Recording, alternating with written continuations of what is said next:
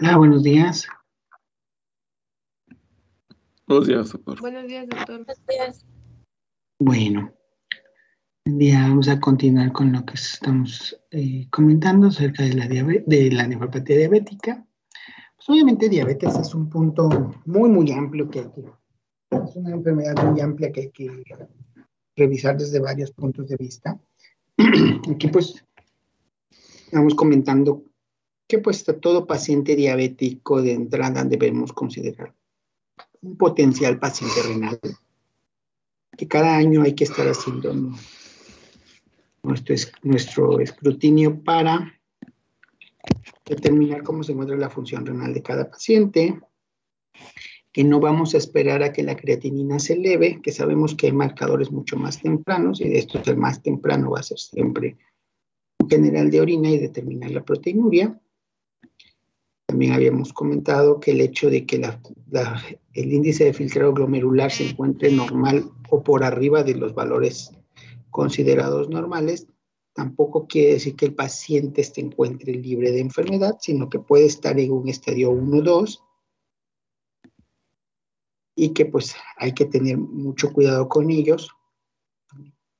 El hecho de que de pronto tengamos un filtrado glomerular normal el día de hoy no quiere decir que en un año siga igual. Entonces todo eso es lo que nosotros tenemos que tomar en consideración y el paciente debe saberlo, ¿no? ¿Qué es lo que vamos a vigilar? Se considera que para que un paciente diabético se encuentre en buen control necesitamos tener, pues obviamente, una glucosa de ayuno normal, una hemoglobina glucosilada en control, niveles de lo que es colesterol y triglicéridos dentro de la normalidad y obviamente una cifra de presión arterial controlada. Si no tenemos estos 5 criterios, si no cumplimos estos 5 objetivos, pues el paciente no está controlado, no estamos deteniendo la progresión renal. Entonces es muy importante que nosotros sepamos cuáles son nuestras metas y que llevemos al paciente a metas. No solamente es darle el tratamiento, tómeselo y a ver cómo le va, ¿no? Ok. Entonces ya habíamos comentado que ya una vez que ya tenemos identificada la nefropatía diabética, pues tenemos que clasificarla, hablamos de la clasificación. Después de eso tenemos obviamente que diferenciar si el daño que en ese momento estamos teniendo es agudo o es crónico, que eso a veces suele ser muy difícil. Para eso habrá que ver los controles previos, habrá que ver un ultrasonido, habrá que ver en qué contexto estamos viendo a nuestro paciente. Obviamente, si lo tengo en el contexto de que el día de hoy trae fiebre, viene deshidratado, tuvo ocasiones diarreicas, pues no es un contexto adecuado para evaluar la función renal. Entonces, también el otro punto que nosotros tenemos que tomar muy en cuenta es el determinar que sí sea una nefropatía diabética. Ya habíamos comentado que hay ciertas situaciones que de alguna forma nos harían pensar o dudar que se trate de una nefropatía diabética. Primero, que el paciente tenga una diabetes de muy poco tiempo, ¿no? Si estamos hablando de un paciente que tiene unos meses de haberse diagnosticado, no es nefropatía diabética o difícilmente va a ser. Si no hay daño a otros órganos por diabetes, también es una situación que es muy poco probable que sea una nefropatía diabética. Si tenemos algunos datos de afección o de una respuesta inflamatoria como una disminución de complemento, alteraciones en las inmunoglobulinas, pues probablemente tampoco lo sea. Y es una persona que ya tiene más de 30, 35 años, que nunca había desarrollado, que ya pasó esa ventana de los 20, 25 años, probablemente no vaya por ahí. Bueno, entonces, ahora ya habíamos comentado, ya una vez determinado, también tenemos que ver el daño posible a otros órganos. Entonces, para esto, lo primero que teníamos que revisar era la retina, determinar que no exista ningún problema de retinopatía. Teníamos que haber determinado el daño cardiovascular existente al momento. Sabemos que todo paciente renal es un paciente potencialmente cardiópata y todo paciente diabético también es potencialmente cardiópata. Entonces es importante revisar esto. Y la neuropatía. Sabemos que el daño neuropático está presente en el paciente diabético avanzado y que si tenemos daño a la microvasculatura, muy probablemente tengamos neuropatía. Bueno, después de todo esto, tenemos que ver qué es a quiénes vamos a ver, y esta es una diapositiva que quiero que se quede, o traten de que se les quede por lo menos este punto, que es el hecho de que hay que evaluar por lo menos una vez al año la relación albúmina-creatinina urinaria, calcular la tasa de filtración glomerular, por lo menos una vez al año, en el diabético tipo 1 después de los 5 años y en el diabético tipo 2 desde el momento del diagnóstico. Y obviamente tener un buen control de la presión arterial. Esto es algo que tenemos que hacer. Otra cuestión muy interesante son aquellos diabéticos que pues son únicamente diabéticos y que de pronto un buen día comienzan con cifras muy altas de presión arterial, con una hipertensión de muy difícil control. En ese momento probablemente estamos hablando ya de un daño renal avanzado. Hay algunos que desde el principio, desde que se diagnostican diabéticos, ya tienen daño renal. Bueno, esos pacientes pues ya habrá que mantenerlos en control. Ahora, ya una vez establecido esto, pues ya le dijimos al paciente, ¿no? Pues probablemente tiene un daño renal. Bueno, ¿ahora qué voy a hacer? Vamos a iniciar un tratamiento. ¿Y cuál es el objetivo de mi tratamiento? El objetivo de mi tratamiento es impedir, si estamos en etapas iniciales, en un estadio 1, 2, retrasar, estamos en un estadio 3 o 4, o revertir, que eso solamente ocurriría en los estadios más tempranos. Entonces, impedir, retrasar o revertir la evolución de la nefropatía. Ese es nuestro objetivo de tratamiento. Para que nosotros logremos ese objetivo, necesitamos necesariamente tener cumplidas nuestras metas de control. Si estamos tratando sin llegar a metas, esto no va a ocurrir. No vamos ni a retrasar, ni a impedir, ni a limitar ningún daño.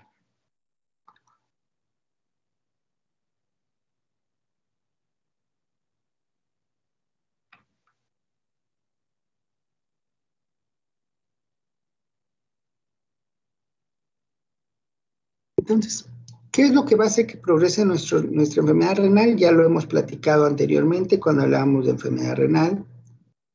En términos generales, la nefropatía diabética se va a ver, hay ciertos factores que nos hacen que progrese. Y los principales factores que van a hacer que progrese, pues principalmente, en este caso va a ser la hiperglucemia. Entre más tiempo esté descontrolado ese paciente, mayor progresión renal. La hipertensión arterial, es decir, el paciente aparte de tener hiperglucemia, tiene cifras de presión fuera de metas de control, pues tampoco vamos a detener nada y va a seguir progresando. La microalbuminuria. Ya habíamos comentado que un marcador de que la enfermedad está activa es la presencia de albúmina en la orina. Mientras el paciente esté orinando albúmina, mientras existe albúmina en su orina, sabemos que la enfermedad está progresando. Y a mayor albuminuria, mayor progreso de la enfermedad. Si está en un síndrome nefrótico, sabemos que ese paciente en muy poco tiempo va a requerir un tratamiento sustitutivo. Entonces, otro detalle muy importante que tenemos que controlar es la cantidad de albúmina en la orina, y si eso solamente se va a lograr detener con un YECA o con una modificación en la ingesta de proteínas. Obviamente el tiempo de evolución, a mayor tiempo, mayor riesgo. El tabaquismo, sabemos que el tabaco va a acelerar el daño. y el daño lo va a acelerar, el daño al riñón lo va a acelerar, sea cual sea su etiología. Si el paciente fuma, el progreso va a ser más acelerado. Aquellos pacientes que están en hiperfiltración, sabemos que son pacientes en riesgo. Esos pacientes que de alguna forma nosotros tomamos una depuración de creatinina y nos sale por arriba de 100, que creemos que está, que hasta el paciente dice es que tengo un riñón muy bueno porque filtro de más. Sabemos que ese paciente está en riesgo. Susceptibilidad genética, que es algo contra lo que no podemos hacer nada. Si ya tuvo un familiar en diálisis, es muy probable que pueda terminar igual, si no hacer una modificación en su estilo de vida o en sus metas de control. Y por último, la raza, que también contra eso no podemos hacer nada. Sabemos que los descendientes de nativos americanos, los afroamericanos son las poblaciones especialmente susceptibles. Entonces, ya sabemos qué es lo que nos va a acelerar el daño, pues ahora, ¿qué vamos a hacer? Pues básicamente, si es la hiperglucemia, pues hay que llevar un adecuado control de la glucosa. Si es la proteinuria, habrá que modificar el contenido proteico de la dieta. Si es la dislipidemia, habrá que controlar los niveles de lípidos, habrá que controlar la presión arterial y eliminar, obviamente, todos los otros factores que alteren la función renal. Entonces, habrá que eliminar el tabaco, habrá que evitar en la medida de lo posible los nefrotóxicos.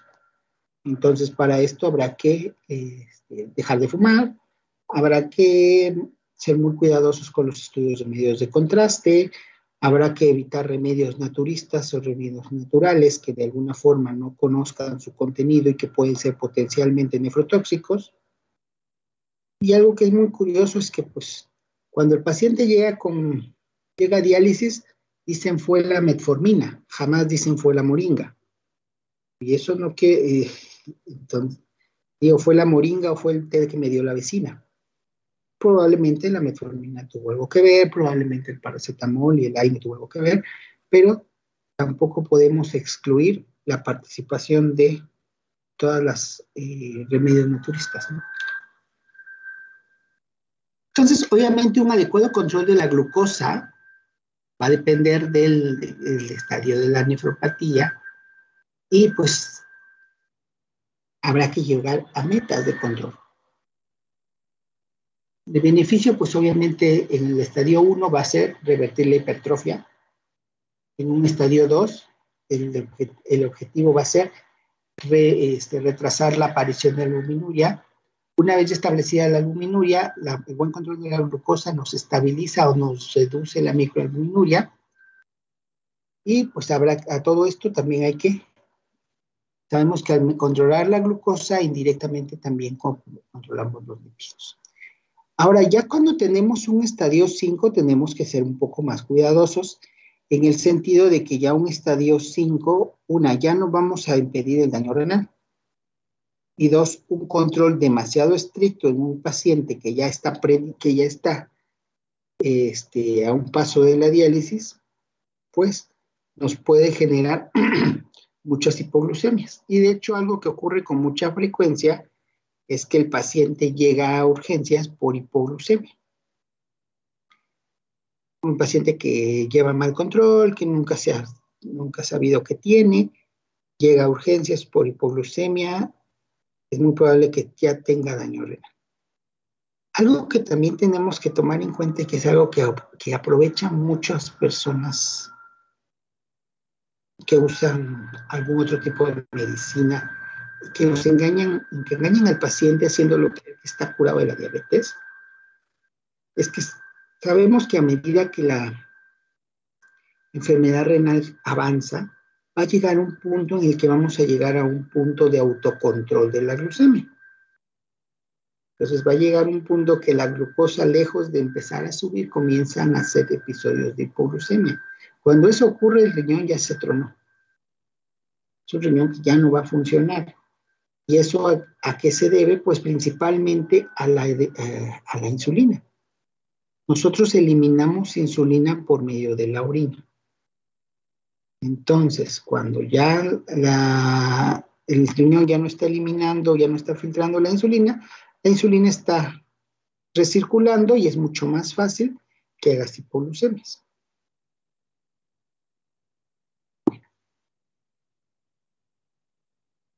Entonces sabemos que en los diabéticos de corta evolución, sin una comorbilidad importante, con bajo riesgo de hipoglucemia, con una buena expectativa de vida, tenemos que llevar un control glucémico muy estricto, es decir, llevar una hemoglobina glucosilada entre 6.5 y 7. ¿Vale? Entonces, el paciente que recién llega, que apenas lo estamos diagnosticando, que nosotros lo estamos viendo que tiene un buen estado nutricional, que no se ha descompensado todavía de otra cosa, que no tiene otra enfermedad, no sé, los pacientes que se están diagnosticando alrededor de los 40 años, a ese paciente hay que darle un control intensivo y hay que exigirle llegar a metas, porque ese paciente es el que podemos rescatar. Ahora, si ya tenemos un paciente de muy larga duración, con un marcado riesgo de hipoglucemia, ¿quiénes son estos? Pues los viejitos, por ejemplo, ¿no? Ya te dicen, es que ya casi no come muy poquito. Bueno, ya tienen marcado riesgo de hipoglucemia. Que tienen ya un alto riesgo cardiovascular y una corta expectativa de vida, ahí podemos ser un poquito más laxos con el control glucémico. Podemos ser permisible entre 7.5 y 8. Alguna vez me llegó un viejito de 90 años que hacía hipoglucemias, porque la familia quería tenerlo siempre muy bien controlado. Tenía ya 90 años el señor. ¿Qué expectativa de vida tiene? Pues tiene una expectativa de vida corta. En ese momento el paciente ni siquiera tenía daño renal, tenía como 3 años de diagnóstico de diabetes. Entonces, pues es difícil que alguien que se diagnostica a los 80, 90 años vaya a llegar a ser nefropatía diabética, vaya a requerir diálisis, ¿no? Entonces, en ellos es permisible un control a lo mejor un poquito más laxo, sobre todo tomando en cuenta que la hipoglucemia puede llegar a ser más peligrosa que la hiperglucemia en ellos. Bueno, entonces, como les comentaba, habrá que ver el tipo de paciente. Y ahora, un anciano muy frágil, se puede incluso preferir un control de hemoglobina glucosilada arriba de 8.5. Pues alguna vez había pacientes que de pronto ya tienen 80, 90 años con un síndrome de fragilidad muy marcado, que casi no comen, que de pronto lo único que quieren comer es, no sé, un tamal, y les niegas ese único tamal que es lo único que quieren comer, pues está un poco complicado con ellos. Habrá que ser mucho más laxos. Al paciente con el que hay que ser muy estrictos, a veces es con el que no lo somos, que es el hombre de 40 años que se siente bien, que no tiene ninguna comorbilidad, pero que sabemos que es diabético y que anda por la vida con 8.5 de hemoglobina glucosilada. A ese paciente es el que tenemos que exigirle control porque tiene 40 años y si no a los 60 años va a ser un paciente en diálisis. Bueno, ¿dudas hasta aquí? No, doctor. Ok, entonces continuamos. Esta imagen nos dice más o menos qué podemos hacer o qué podemos utilizar para llevar un buen control de la glucemia. Aquí pues nos dice en qué momentos son seguros cada uno de los fármacos, dependiendo de la función renal. Hay otros factores que en un momento dado podemos incluir, como les comentaba, diabetes es muy complejo, pero bueno. Entonces, un paciente con una función renal en estadio 1 o 2 puede utilizar insulina, repaglinidas, inhibidores del DPP4, metformina, sulfonilureas, pioglitazona, inhibidores de glucosilasa, agonistas del GLP-1 y los inhibidores del GLP-2. sin ningún problema, pueden utilizar cualquiera de los grupos terapéuticos. ¿Vale? Entonces, eso es algo que se puede observar. En el estadio 1 no hay ninguna limitante, se vale hacer combinaciones. Tenemos que conocer el mecanismo de acción de cada fármaco, pues para hacer combinaciones que sean útiles y no hacer combinaciones disparatadas. Por ejemplo, hay gente que le gusta combinar glibenclamida con glimepirida, pues sabemos que ese es un disparate. Son dos mecanismos, son dos fármacos del mismo grupo que tienen el mismo mecanismo de acción, que no van a conseguir un beneficio adicional. Muy diferente a combinar metformina, glibenclamida, metformina con un inhibidor del DPP4, que sabemos que son combinaciones altamente efectivas. Bueno, entonces, primer punto, pues es ya saber en qué estadio está mi paciente de la función renal. Si ya estamos en un estadio 2, en un estadio 3, perdón, en un estadio 3A, pues ahí ya se recomienda ya no dar inhibidores de glucosilasa. ¿Por qué? Porque no nos van a servir. El SGLT2 ya ahorita ya no es rojo, ya es amarillo, ¿sí? En el estadio 3A. Ya para el 3B ya tenemos que empezar a tener cierta precaución con la metformina. Y la metformina ya empieza a ser un mecanismo que ya no es el ideal. Y finalmente en un estadio 5 ya no se debe utilizar metformina. ¿Por qué? ¿Alguien sabe por qué ya no usamos metformina en un estadio renal, en un enfermo renal avanzado?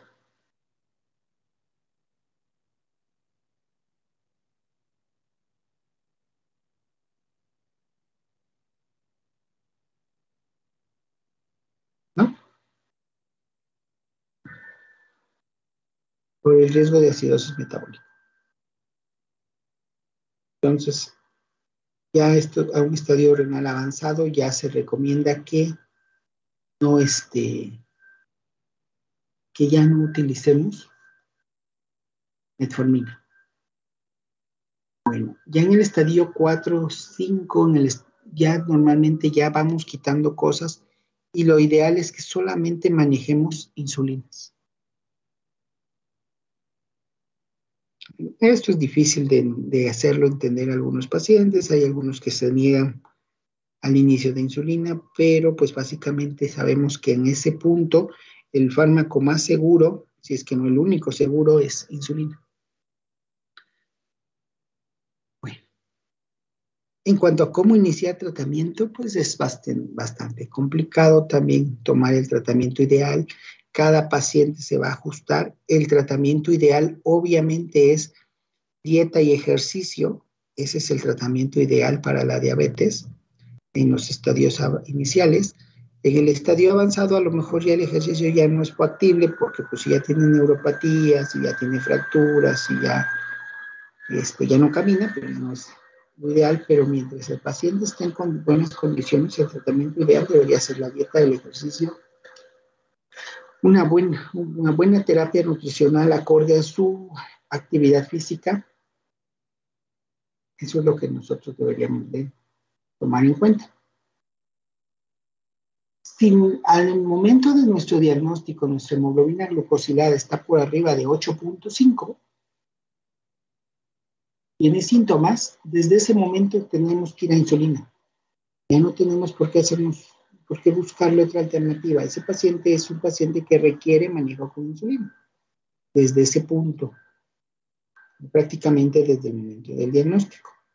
Ahora, si nuestro paciente al momento del diagnóstico tiene una hemoglobina glucosilada entre 6.5 y 8.5, pues aquí vamos a ver cómo está su tasa de filtrado glomerular. Como comentaba, un diabético tipo 2, lo ideal es que al momento del diagnóstico yo tenga un basal para ver cómo está su función renal. Entonces tomamos este basal y si el filtrado glomerular está arriba de 45, lo ideal es iniciar metformina. y de hecho, pues metformina se utiliza casi como la terapia inicial en casi todos los casos de nuevo diagnóstico.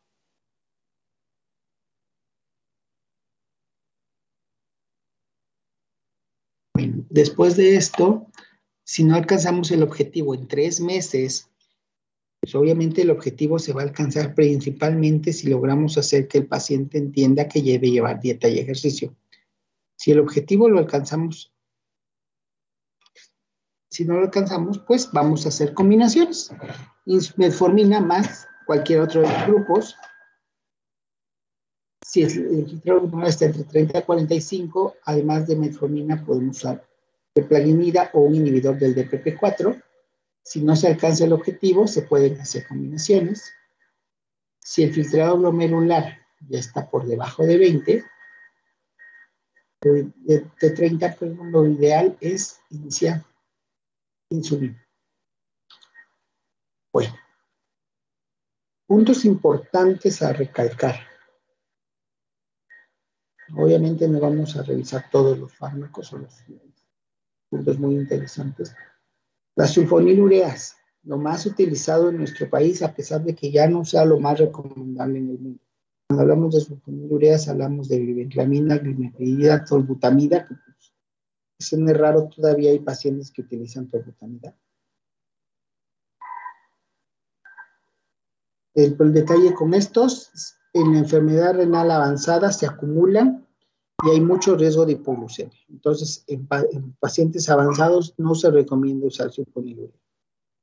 Biguanidas, aquí estamos hablando de metformina principalmente, de hecho es la única biguanida que existe en el mercado en la actualidad. Sabemos que las otras se fueron retirando por sus efectos adversos relacionados precisamente con hipercalemia y con acidosis metabólica. Entonces, en esos pacientes, lo que vamos a hacer, sabemos que se puede utilizar como primera línea de tratamiento en diabetes 2, pero es que está contraindicado si nuestra glucosa está por arriba de 1.3. Los inhibidores de glucosilasa, pues prácticamente sabemos que son casi placebos. Las glitazonas, el problema es la toxicidad hepática y que suelen acumular mucho líquido, entonces agravan el edema. Y la insulina, se preferirá siempre utilizar insulinas de acción intermedia a las de acción lenta.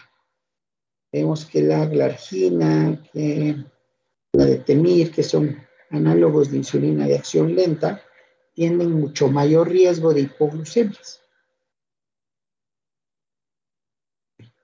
Ahora, sabemos que la hipoglucemia se va a dar muy frecuentemente en la nefropatía diabética avanzada porque hay mala ingesta, porque hay desnutrición, porque hay ayunos prolongados, porque puede haber otra comorbilidad asociada, porque hay una disminución de la liberación hepática de glucosa, porque la propia insuficiencia renal reduce la liberación renal de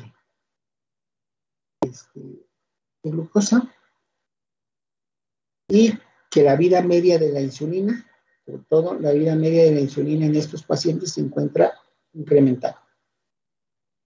Entonces ese es un punto que tenemos que tomar muy en cuenta. El riesgo de hipoglucemias en pacientes con enfermedad renal avanzada es mayor.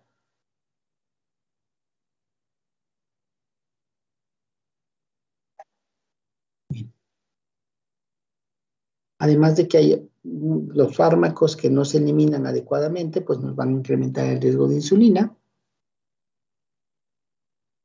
Ahora, en cuanto a la prevención dietética, pues sabemos que tendríamos que hacer una restricción en la ingesta proteínica. Ya en el momento que nosotros identificamos que el paciente tiene daño renal, hay que reducirle la ingesta de proteínas.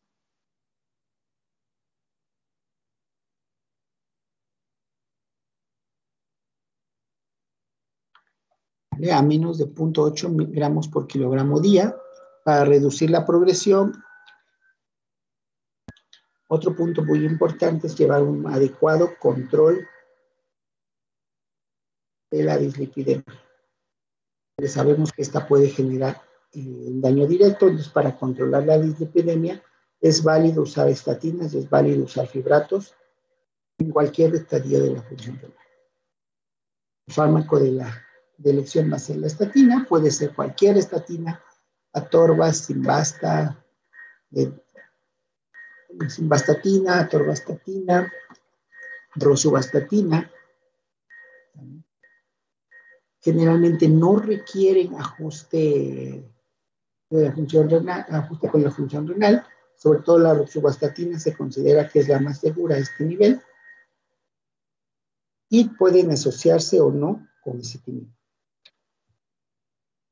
Para la dislipidemia, pues podemos usar fibratos, el ideal es el gemfibrosilo, pero bueno, a veces por costo vamos a usar bezafibrato, que aún así es bastante efectivo, es una muy buena opción. Hay que llevar un buen control de la presión arterial, ¿vale? Hay que optimizarlo y llevarlo siempre a metas. O sea, no se vale que el paciente esté medio controlado, el paciente tiene que estar bien controlado. Y para eso va con el médico, para que esté bien controlado. Entonces tenemos que ir haciendo los ajustes necesarios para que el paciente esté bien controlado. Y aquí sabemos que el objetivo del tratamiento antihipertensivo es reducir la presión arterial, reducir riesgo de complicaciones y retardar progresión. El YECA y el ARA2 se recomienda tanto para disminuir las cifras de presión arterial como para disminuir la albuminuria, para disminuir la proteinuria. Entonces, sabemos que el único detalle que hay que tomar en cuenta es que puede generar hipercalemia en enfermedades avanzadas. Entonces, hasta un estadio 4 puede ser permisible. En el estadio 5 habrá que usarlo con mucha precaución si el paciente aún no está en un tratamiento sustitutivo. Entonces, si el paciente aún no tiene tratamiento sustitutivo, hay que usar el YECA con mucha precaución por el riesgo de hipercalemia. Si está en un estadio 1, 2, 3, se puede utilizar con seguridad. Sobre todo sabemos que va a ser parte del tratamiento para evitar la progresión hacia el daño renal crónico. Esta disminución hacia progresión de la progresión de la nefropatía es independiente de su efecto antihipertensivo. ¿Bien? Entonces, luego se da mucho esto de que, ¿y por qué está tomando eso si usted no es hipertenso? Bueno, pues si no sabemos qué otros beneficios tienen estos antihipertensivos, pues seguramente vamos a decir eso. Y esto lo digo porque, pues, desafortunadamente ocurre con mucha frecuencia.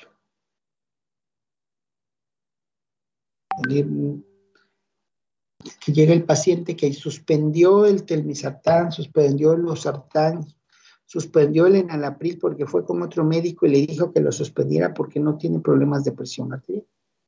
Y que como no es, hipertenso, no lo tomaron. Entonces, aguas, hay que saber para qué se están dando las cosas.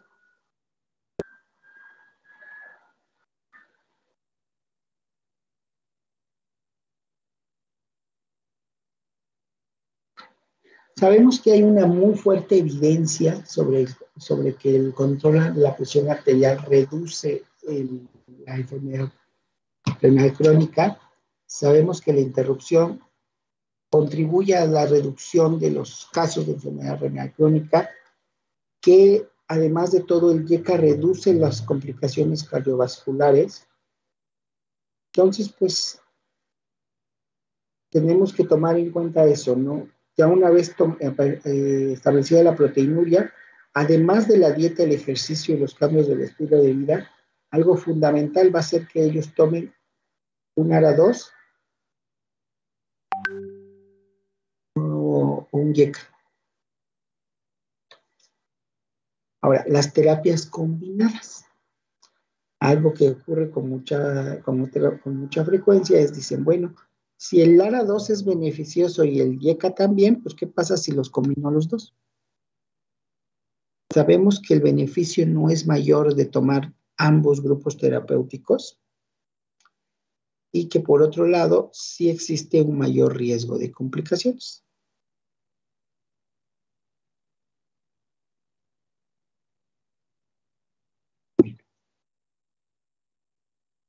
Entonces es muy importante que nosotros llevemos una buena vigilancia de cómo va progresando la microalbuminuria. Sabemos que a mayor albuminuria, mayor riesgo cardiovascular, a mayor albuminuria, mayor progresión de la enfermedad.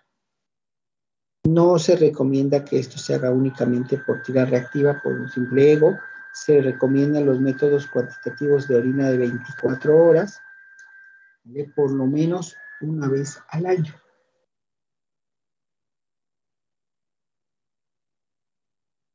Sabemos que hay muchos métodos para medir esta cuantificación, pero pues el gol estándar va a ser la orina de 24 horas. Si por alguna razón no se puede juntar 24 horas, sí puede hacer una cuantificación de orina de 12 horas o de 6 horas. La muestra aislada no se recomienda. Otro punto muy importante es que ya las guías CADIGO aconsejan el uso de antiagregantes en pacientes con enfermedad renal crónica a partir de un estadio 4 con complicaciones ateroscleróticas. Entonces, ¿qué quiere decir todo esto? Pues que hay que agregarles 100 miligramos de ácido acetilsalicílico para evitar mayor complicaciones y tener un beneficio y ganar algunos añitos de vida. En términos generales, las recomendaciones son mantener niveles de hemoglobina glucosiladas por debajo de 7, mantener cifras de presión arterial por debajo de 130/80 si no hay proteinuria y por debajo de 125/75 si existe proteinuria. LDL por debajo de 100, suspender tabaquismo, la dieta hipoproteica, a excepción de los pacientes con desnutrición proteica, y en estos casos, pues aún así tenemos la posibilidad de que tenemos un paciente con desnutrición proteica y que necesitamos restringirle proteínas, lo vamos a modificar con proteínas de alto valor biológico, proteínas de origen vegetal, o en su defecto podemos utilizar los alfa-cetonámicos.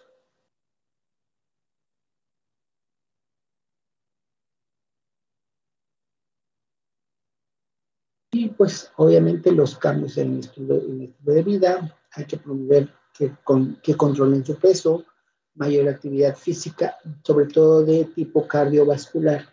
No es que las pesas estén contraindicadas, pero al inicio de la actividad física, sobre todo que son pacientes que son sedentarios, lo ideal es primero que tengan un acondicionamiento cardiovascular y posteriormente, si se puede asociar a un ejercicio de pesas, pero no es el ideal de inicio. Hay que reducir la cantidad de sal y moderar el consumo de alcohol. Y obviamente suspender tabaquismo, ¿no? Desafortunadamente, muchas veces el paciente llega con nosotros lo conocemos cuando ya está en un estadio 5. Entonces, al estadio 5, nosotros ya vimos que histológicamente ya hay esclerosis, ya no hay forma de recuperar esos riñones. Y entonces lo que nosotros tenemos que ofrecer es una terapia sustitutiva. Esas terapias sustitutivas sabemos que puede ser diálisis o hemodiálisis, que se va a iniciar en el diabético cuando estamos con una depuración de creatinina por debajo de 15. Ya debajo de 15 miligramos, de 15 mililitros minuto, ya es necesario iniciar el tratamiento sustitutivo. Ahora hay que definir cuál es el tratamiento ideal. Las guías dicen que es una decisión consensada entre paciente, médico. Idealmente nosotros tendríamos, en el paciente diabético tendríamos que iniciar con peritoneal, pero bueno, tenemos que conocer precisamente qué beneficios me va a traer cada uno. Primero, la hemodiálisis tiene la ventaja de que es muy eficaz, el médico lo está siguiendo más porque pues hay un médico en todas las unidades que lo está revisando por lo menos cada que entra y cada que sale de la sesión y no hay pérdida de proteínas. El otro punto es que pues el familiar no tiene que entrenarse en ningún otro tipo de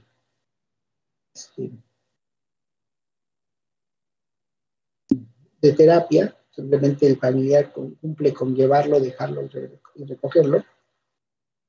Problemas tiene, cierto, tampoco tiene sus desventajas.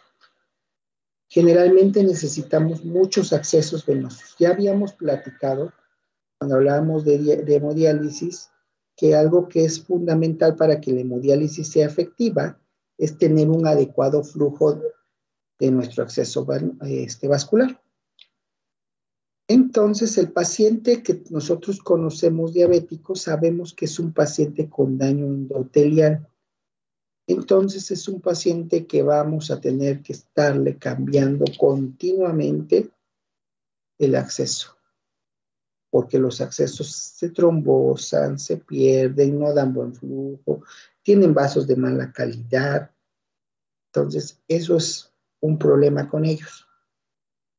La pérdida de accesos vasculares o el tener un acceso vascular que no te da un flujo adecuado no te permite llevar una buena hemodiálisis.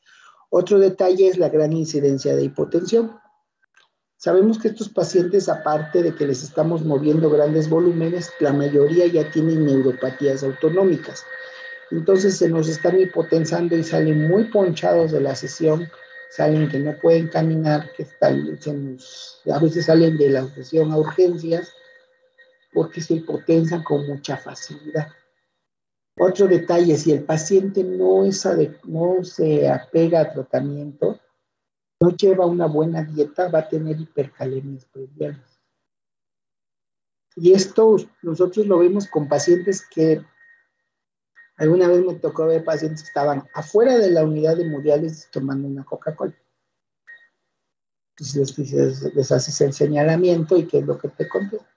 No se preocupe, doctor, voy a entrar a la sesión y me la van a sacar. Si seguimos ese pensamiento, esa forma de pensar de estos pacientes, obviamente si no llevan una adecuada dieta, cuando llegan a su sesión llegan con el potasio muy alto, con alto riesgo de complicaciones, te hacen una arritmia y ahí se murieron. Y ahí la culpa no fue de la dieta, ni fue de los malos hábitos, fue de que seguramente la enfermera no sabía hemodializar. La progresión a hipoglucemia. Y pues otro detalle, los desplazamientos largos y molestos, ¿no? Depende de qué tanto, ¿no? Si vives en la ciudad, tienes acceso para llegar rápido al hospital, no hay ningún problema, pero pues aquí hay que ponernos en el contexto de un paciente que vive en la Sierra Mije, que tiene que venir a hemodiálisis 3 veces a la semana, son 3 viajes a la semana, ¿no? Pacientes que viven a 6 horas de la ciudad, es viajar 6 horas para venir a su sesión, esperar 4 horas de la sesión y regresar otras 6 horas de camino y en 2 días volver a hacer el mismo viaje. Entonces, esos podrían ser los inconvenientes. La continua ambulatoria, la diálisis manual, suele ser muy bien tolerada en la cuestión cardiovascular por el paciente diabético porque no tiene tantos desplazamientos bruscos de volumen.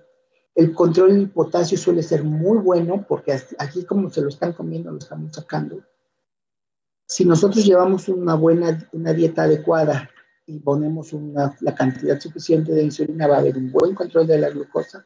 No es necesario que se estén desplazando todos los días con tanta frecuencia al hospital, salvo para sus citas de control o por alguna complicación.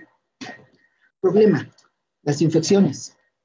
Aquí necesitamos de mucha cooperación del familiar o de la persona que dializa. Otro problema, perdemos muchas proteínas. Entonces, a este paciente, en cuanto inicia diálisis ambulatoria, hay que modificarle su dieta. Antes le habíamos prohibido las proteínas. En este momento le tenemos que exigir que tome más. Y de pronto eso descontrola un tanto al paciente. Hiperglucemias, si no tenemos un adecuado control de la glucosa. Y pues el problema es que pues la mayoría de los pacientes suelen necesitar apoyo.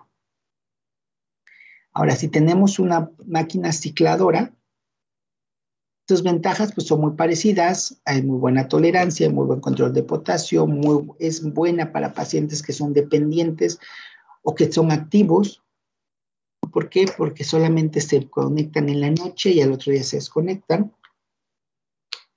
Y su ventaja, pues tiene menos problemas de infecciones que la diálisis manual, pero pues también perdimos proteínas y también puede haber hiperglucemias. Entonces, pues todo esto tenemos que conocerlo, qué cosas buenas tiene cada una de las terapias. ¿Qué más podemos hacer? Que pues muchos pacientes pueden iniciar con una diálisis peritoneal, eventualmente si hay alguna complicación se pasa en hemodiálisis y algunos pacientes pueden ir brincando de una terapia a otra, ¿no? Está en peritoneal, tiene una peritonitis seria, hay que tener cavidad en reposo, lo pasamos a hemodiálisis. Se perdió el acceso, regresamos a peritoneal. Entonces todo eso es lo que tenemos que saber de cada uno. Y pues obviamente mantener un estado nutricional adecuado, sabiendo que hay muchas situaciones que nos van a alterar el estado nutricional. Y ahora, el trasplante renal.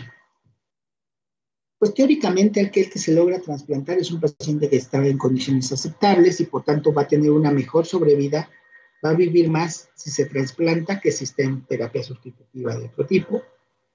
Eso es una gran verdad. Disminuye la hipertensión, disminuye otro tipo de complicaciones periféricas. Es siempre mejor un donador vivo a un donador cadavérico. Entonces, el tener un donador vivo relacionado es el mejor tratamiento que puede haber. Y en aquellos pacientes de tipo 1 se puede hacer el trasplante riñón-páncreas. Y eso les va a dar una sobrevida mucho mayor que si solamente trasplantamos riñón. Desafortunadamente, habíamos comentado, muchos de estos pacientes no son candidatos a una terapia de trasplante renal desde el momento que los identificamos o que ya lo requieren, porque son pacientes que la mayoría de las veces ya tienen muchas comorbilidades. 1, 2, es muy difícil que tengan un donador. Obviamente, si yo tengo un señor de 70 años, diabético desde hace 30 años, que ya necesita un riñón, le buscamos, tiene 3 hijos, de esos 3 hijos andan alrededor de los 40, y de esos, los 3 son diabéticos, ninguno es candidato. Luego, los 3 son obesos, ninguno es candidato. A veces hemos logrado identificar que cuando estamos tratando de hacer el protocolo de pretransplante, resulta que identificamos que el donador también es enfermo renal, ¿no? Y está en un estadio 1, 2, y entonces, ¿qué te dice? No es cierto, yo me siento bien. Pero pues ese es un detalle muy complejo que nos limita en muchas ocasiones el poder meter a muchos de estos pacientes en trasplante. Bueno, importante, todo paciente diabético se necesita llevar un control anual de creatinina urinaria, proteinuria, potasio. Si ya tenemos una tasa de filtrado entre 40 y 60, si ya existe la posibilidad de una enfermedad renal no diabética o asociada, pues ya tendremos que mandarlo con el nefrólogo. Se tiene que considerar un buen ajuste, hay que llevar al paciente a metas de tratamiento. ¿Vale? El paciente tiene que estar en metas. ¿Vale? Si no está en metas, no está bien tratado y no estamos deteniendo nada. Hay que estar monitorizando electrolitos, paratormona, ver cómo está su densidad ósea. Ya entre 30 y 44, lo que ya nosotros tenemos que hacer es un control más estricto cada 3 meses de cada una de estas situaciones y siempre considerar el ajuste de medicamentos. ¿Se vale subir las dosis hasta la dosis máxima? Pues sí, se vale. ¿Se vale hacer combinaciones? Sí, dependiendo de su estadio. Aquí lo único que no se vale es dejar al paciente que siga progresando. Y si ya se supone que si ya está por debajo de 30 en filtrado glomerular, se tiene que enviar al nefrólogo para iniciar el protocolo previo a la terapia sustitutiva. Sabemos que afortunadamente si ya tenemos nuestro filtrado glomerular abajo de 30, es un estadio 4, es un estadio que irreversiblemente va a requerir diálisis en algún punto. Ya no es estarle buscando por otro lado. Lo ideal ya es que el paciente tenga esa plena conciencia, que se mande ya con la enfermedad. ¿Dudas hasta aquí?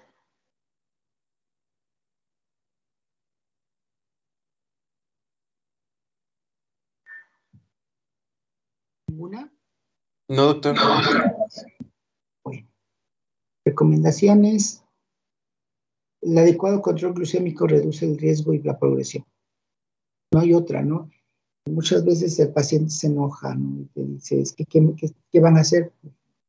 ¿Qué vamos a hacer nosotros? Lo que necesitas hacer tú es controlar tu glucosa. ¿Bien? Sabemos que a partir del 5º año en un diabético tipo 1 hay que hacer el screening, y en el diabético tipo 2, el primer screening o la primera búsqueda de nefropatía se tiene que hacer desde el momento que diagnosticamos. Pues en nuestro medio sabemos que la diabetes se diagnostica tardíamente, y sobre todo en el varón. Eso está bien demostrado, que la mujer se diagnostica más temprano que el hombre. ¿Por qué?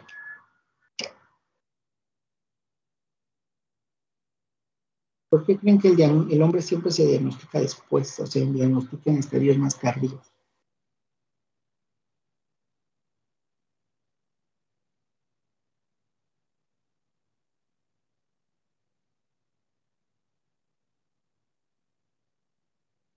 Por las manifestaciones clínicas o porque las mujeres suelen tener más atención a esto.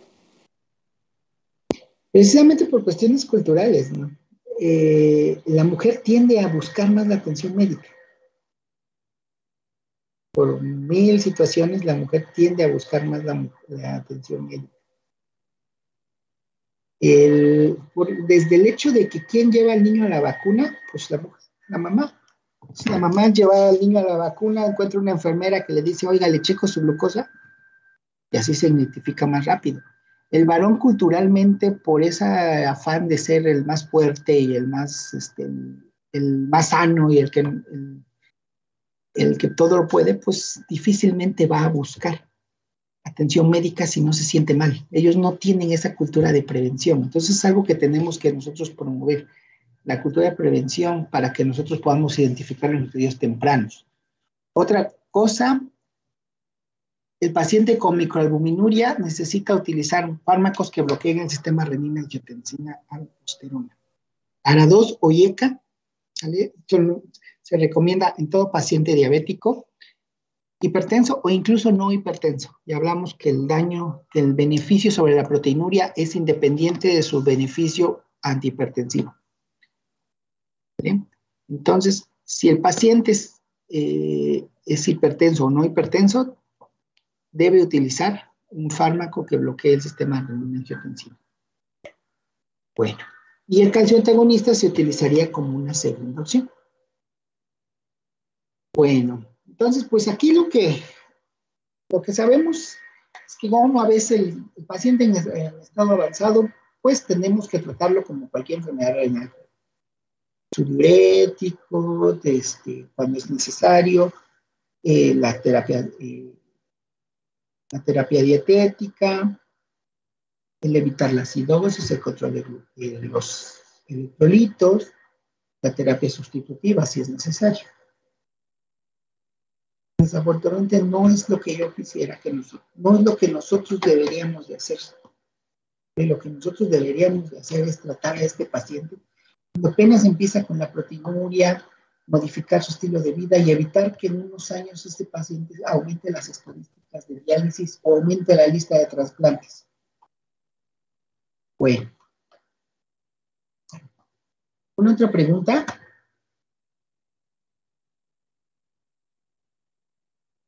¿Algún otro comentario? ¿Alguna otra cosa que adicional?